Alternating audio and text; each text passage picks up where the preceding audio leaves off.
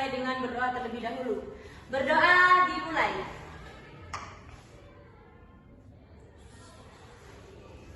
Berdoa selesai. Baiklah, selanjutnya Ibu akan mengabsen kehadiran kalian dulu ya. Ya, Bu. Oke, Reza Julianti Hadir.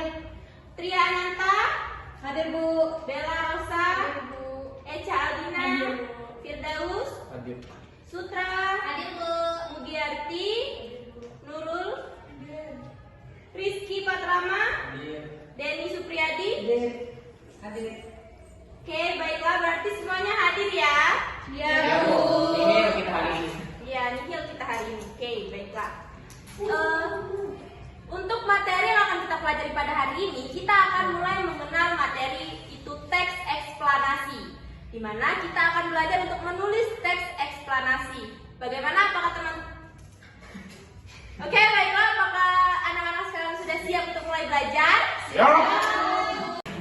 Oke, baiklah. Kalau begitu Ibu akan langsung saja masuk pada materi kita hari ini, yaitu tentang teks eksplanasi. Apa sih teks eksplanasi itu? Anak-anak sekalian apakah sudah pernah mendengar dengan kata dari teks eksplanasi? Apa sih teks eksplanasi itu? Oke, baiklah. Teks eksplanasi itu adalah teks yang berisi penjelasan mengenai suatu fenomena atau peristiwa, baik fenomena alam maupun fenomena sosial yang terjadi dalam kehidupan sehari-hari. Jadi dia berbeda dengan teks berita, di mana teks eksplanasi ini dia menjelaskan dari isi mungkin teks berita tersebut, berita-berita atau fenomena-fenomena yang terjadi di lingkungan kita. Selanjutnya, apa sih tujuan dari pembuatan teks eksplanasi ini? Tujuannya adalah untuk memberikan pemahaman dan wawasan secara jelas kepada pembaca. Itulah mengapa di dalam teks eksplanasi harus memuat proses, sebab, dan akibat. Jadi kalau kita membaca teks berita itu hanya menjelaskan peristiwanya saja yang terjadi, berapa korban jiwanya, maka dalam teks eksplanasi ini akan dijelaskan lebih runtut, lebih jelas tentang urutan dari kejadian itu, sebab yang menyebabkannya, hingga akibat yang terjadi tadi peristiwa tersebut. Selanjutnya ada ciri-ciri teks eksplanasi. Yang pertama ada faktual, kedua ada bersifat keilmuan, ketiga informatif, keempat membahas hal-hal yang bersifat umum. Faktual seperti kita ketahui dia itu berarti dia itu berdasarkan fakta dengan berita-berita hangat atau yang baru terjadi. Bersifat keilmuan di mana dia mendasari dirinya dengan ilmu-ilmu pengetahuan sehingga tidak sembarang teks eksplanasi itu bisa dibuat itu tidak sembarang. Dia tetap harus menggunakan keilmuan atau ilmu pengetahuan. Dan ketiga informatif, dia bisa menyampaikan informasi dengan maksimal. Dan yang keempat membahas hal-hal yang bersifat umum, bukan hal-hal yang bersifat pribadi. Lebih ke setiap hal yang diketahui oleh banyak khalayak ramai. Kemudian ada pola pengembangan dalam teks eksplanasi. Dalam teks eksplanasi itu mengandung dua pola pengembangan. Yang pertama pola pengembangan proses dan yang kedua adalah pola pengembangan sebab akibat. Pola pengembangan proses ini berarti suatu peristiwa itu digambarkan secara berurutan, mulai dari awal mula peristiwa itu terjadi, kemudian apa yang terjadi selanjutnya, hingga kemudian menjadi satu peristiwa yang utuh dengan sebab dan akibat yang jelas. Nah, pola pengembangan sebab akibat ini yaitu menjelaskan alasan atau sebab yang membuat peristiwa itu terjadi dan akibat atau apa yang menjadi akibat dari peristiwa tersebut. Selanjutnya ada kaidah pembahasan teks eksplanasi. Seperti teks lainnya, teks eksplanasi juga mengandung beberapa kaidah yang terdiri dari konjungsi, pronomina penunjuk, kata pasif, kata denotatif, dan kata teknis. Yang kita ketahui sendiri, setiap dari kaidah pembahasan ini sudah biasa kita temukan dalam teks-teks lain, bukan hanya dalam teks eksplanasi saja.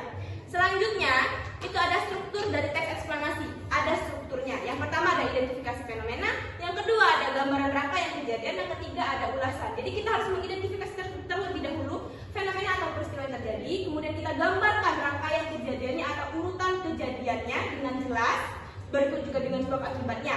Selanjutnya kita beri ulasan akhir atau kesimpulan dari apa yang sudah kita tulis pada identifikasi fenomena dan penggambaran rangkaian kejadian. Dan yang terakhir adalah langkah-langkah membuat teks eksplanasi. Yang pertama ada menentukan topik atau tema. Yang kedua ada menentukan tujuan dari karangan itu, apakah hanya sebagai sarana informasi atau bertujuan dengan hal lain.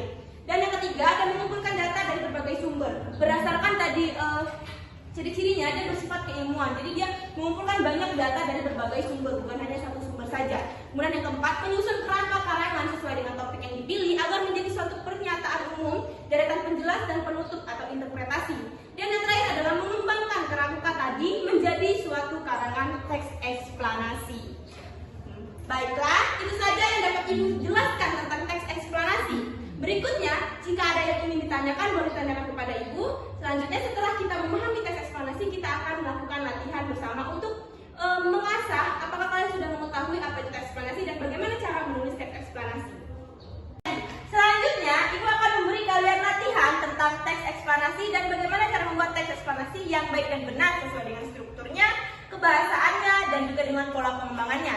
Ibu sudah mempunyai satu contoh atau satu fenomena alam yang baru-baru ini terjadi, yang mana ini akan Ibu bagikan kepada kalian, yang kemudian kalian akan membuat teks eksplanasi berdasarkan dari berita fenomena alam yang Ibu bagikan ini. Baik, Bu.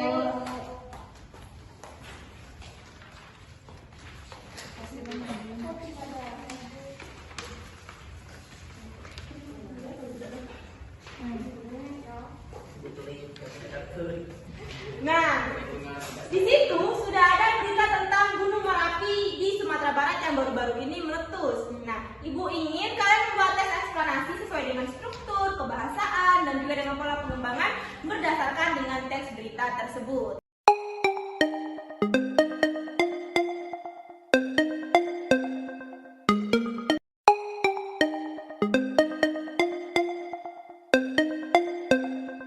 Nah, Ibu tadi sudah melihat ya hasil-hasil teks eksplanasi yang kalian tulis.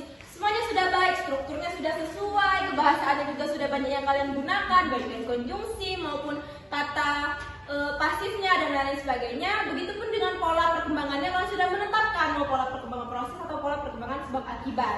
Nah, dengan pemahaman bahwa kalian sudah mengerti penuh tentang langkah-langkah menulis teks eksposisi ini, Ibu nanti akan membagikan LKPD, lembar kerja kepada kalian yang akan kalian kerjakan di rumah.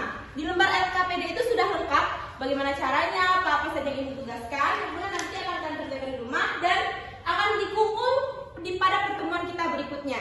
Baik, Bu. Oke, baiklah. Kalau begitu berarti pertemuan kita cukup sampai di sini saja. Ibu ucapkan terima kasih atas semangat dan apresiasi kalian semua atas pelajaran kita hari ini, yaitu tentang teks eksplanasi. Tepuk tangan untuk kita semua.